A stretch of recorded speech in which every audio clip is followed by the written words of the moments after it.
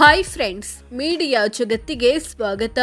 Friends, RCB ಅಥವಾ royal Challengers Bengaluru ತಂಡ ಇಲ್ಲಿಯವರೆಗೆ ಬೆಳೆದು ಬಂದಿದ್ದು ಹೇಗೆ, ಕಂಡಂತಹ ಏಳು ಬೀಳುಗಳೇನು ಅನ್ನೋದನ್ನ ಈ ವಿಡಿಯೋದಲ್ಲಿ ತೋರಿಸ್ತೀವಿ.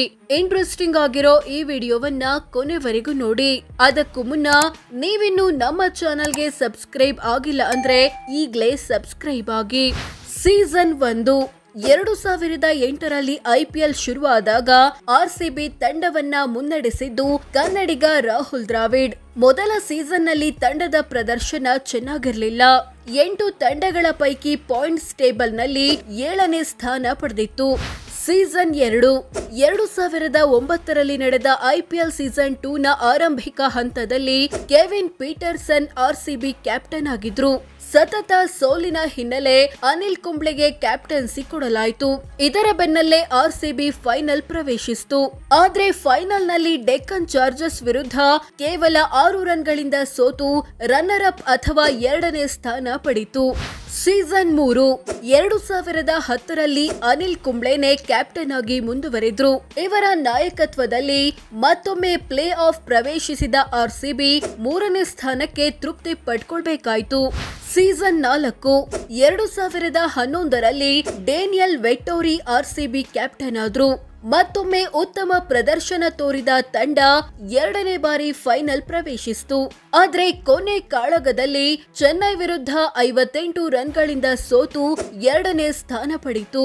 ಸೀಸನ್ 5 2012ರಲ್ಲಿ ಡೇನಿಯಲ್ ವೆಟ್ಟೋರಿನೇ ನಾಯಕರಾಗಿ ಮುಂದುವರೆದ್ರು. ಈ ಸೀಸನ್ ನಲ್ಲಿ 5ನೇ ಸ್ಥಾನ ಪಡೆಯಿತು ರಾಯಲ್ ಚಾಲೆಂಜರ್ಸ್ ಬೆಂಗಳೂರು. ಸೀಸನ್ 6 2013ರಲ್ಲಿ ವಿರಾಟ್ ಕೊಹ್ಲಿಯನ್ನ ಆರ್ಸಿಬಿ ಕ್ಯಾಪ್ಟನ್ ಆಗಿ ನೇಮಿಸಲಾಯಿತು. ಈ ಅವಧಿಯಲ್ಲಿ ಪ್ಲೇ ಆಫ್ ಅವಕಾಶವನ್ನ ಸ್ವಲ್ಪದರಲ್ಲೇ ಮಿಸ್ ಮಾಡಿಕೊಂಡ ತಂಡ ಮತ್ತೊಮ್ಮೆ 5ನೇ ಸ್ಥಾನ ಪಡೆಯಿತು. ಸೀಸನ್ 7 2014ರಲ್ಲಿ ಕೊಹ್ಲಿಯೇ ಕ್ಯಾಪ್ಟನ್ ಆಗಿ ಮುಂದುವರೆದ್ರು. ಆದ್ರೆ ಕಳಪೆ ಪ್ರದರ್ಶನ ತೋರಿದ ಹಿನ್ನೆಲೆ 8ರಲ್ಲಿ 7ನೇ ಸ್ಥಾನ ಪಡೆದುಕೊಳ್ತು ಆರ್ಸಿಬಿ. ಸೀಸನ್ 8 2015ರಲ್ಲಿ ಕೊಹ್ಲಿ ನಾಯಕತ್ವದಲ್ಲಿ ಮತ್ತೆ ಪುಟಿದೆದ್ದ ಆರ್ಸಿಬಿ ಪ್ಲೇ ಆಫ್ಗೆ ಎಂಟ್ರಿ ಕೊಡ್ತು. ಆದ್ರೆ ಫೈನಲ್ ಪ್ರವೇಶಿಸಲು ಆಗದೆ 3ನೇ ಸ್ಥಾನಕ್ಕೆ ತೃಪ್ತಿ ಪಡ್ಕೊಳ್ತು. ಸೀಸನ್ 9 2016ರಲ್ಲಿ ಕೊಹ್ಲಿ ಕ್ಯಾಪ್ಟನ್ಸಿಯಲ್ಲಿ ಮತ್ತೊಮ್ಮೆ ಉತ್ತಮ ಪ್ರದರ್ಶನ ತೋರಿದ ಆರ್ಸಿಬಿ 3ನೇ ಬಾರಿ ಫೈನಲ್ ಪ್ರವೇಶಿಸಿತು. ಆದ್ರೆ ಫೈನಲ್ ನಲ್ಲಿ ಸನ್ ರೈಸರ್ಸ್ ಹೈದರಾಬಾದ್ ವಿರುದ್ಧ ಕೇವಲ 8 ರನ್ಗಳಿಂದ ಸೋತು 2ನೇ ಸ್ಥಾನ ಪಡೆದುಕೊಳ್ತು. ಸೀಸನ್ 10 2017ರಲ್ಲಿ ನಡೆದ ಐಪಿಎಲ್ ಸೀಸನ್ 10 ಆರ್ಸಿಬಿ ಪಾಲಿನ ಕರಾಳ ಅಧ್ಯಾಯ.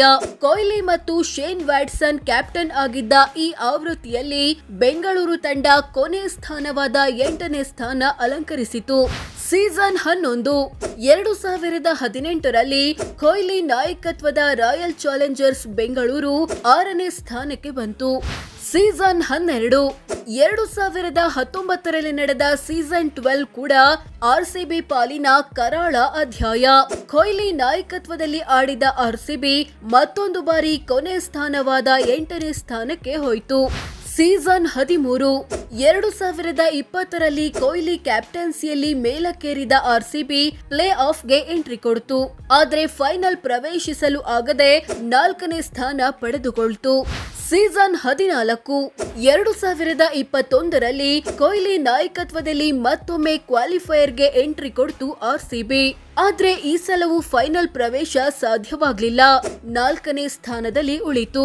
ಸೀಸನ್ 15 2022ರಲ್ಲಿ ಫಾಫ್ ಡು ಪ್ಲೆಸಿಸ್ ರನ್ನ ಆರ್ಸಿಬಿ ಕ್ಯಾಪ್ಟನ್ ಆಗಿ ನೇಮಕ ಮಾಡಲಾಯಿತು. ಇವರ ನಾಯಕತ್ವದಲ್ಲೂ ಪ್ಲೇ ಆಫ್ ಪ್ರವೇಶಿಸಿದ ತಂಡ ಫೈನಲ್ಗೆ ಎಂಟ್ರಿ ಕೊಡಲು ಎಡವಿತು. 3ನೇ ಸ್ಥಾನಕ್ಕೆ ತೃಪ್ತಿ ಪಡ್ಕೊಳ್ಬೇಕಾಯ್ತು. ಸೀಸನ್ 16 2023ರಲ್ಲಿ ಫಾಫ್ ಡು ಪ್ಲೆಸಿಸ್ ಮತ್ತು ವಿರಾಟ್ ಕೊಹ್ಲಿ ನಾಯಕತ್ವದ ಜವಾಬ್ದಾರಿ ನಿರ್ವಹಿಸಿದ್ರು. ಈ ಸೀಸನ್ ನಲ್ಲಿ 6ನೇ ಸ್ಥಾನ ಪಡೆಯಿತು ಆರ್ಸಿಬಿ.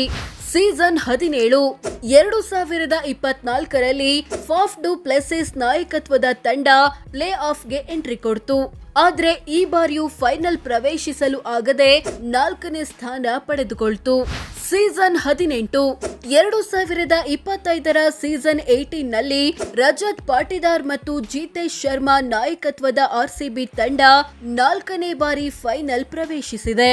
ಸೋ ಫ್ರೆಂಡ್ಸ್, ಇದಿಷ್ಟು ಕೋಟ್ಯಾಂತರ ಅಭಿಮಾನಿಗಳನ್ನ ಹೊಂದಿರೋ ಆರ್ಸಿಬಿ ಇಲ್ಲಿಯವರೆಗೆ ಬೆಳೆದು ಬಂದಿದ್ದು ಹೇಗೆ, ಕಂಡಂತಹ ಏಳು ಬೀಳುಗಳೇನು ಅನ್ನೋದನ್ನ ತಿಳಿಸಿಕೊಡೋ ಪ್ರಯತ್ನ. ವಿಡಿಯೋ ಇಷ್ಟವಾದ್ರೆ ಲೈಕ್ ಮಾಡಿ, ಶೇರ್ ಮಾಡಿ, ನಮ್ಮ ಚಾನೆಲ್ಗೆ ಸಬ್ಸ್ಕ್ರೈಬ್ ಆಗಿ. ಧನ್ಯವಾದ.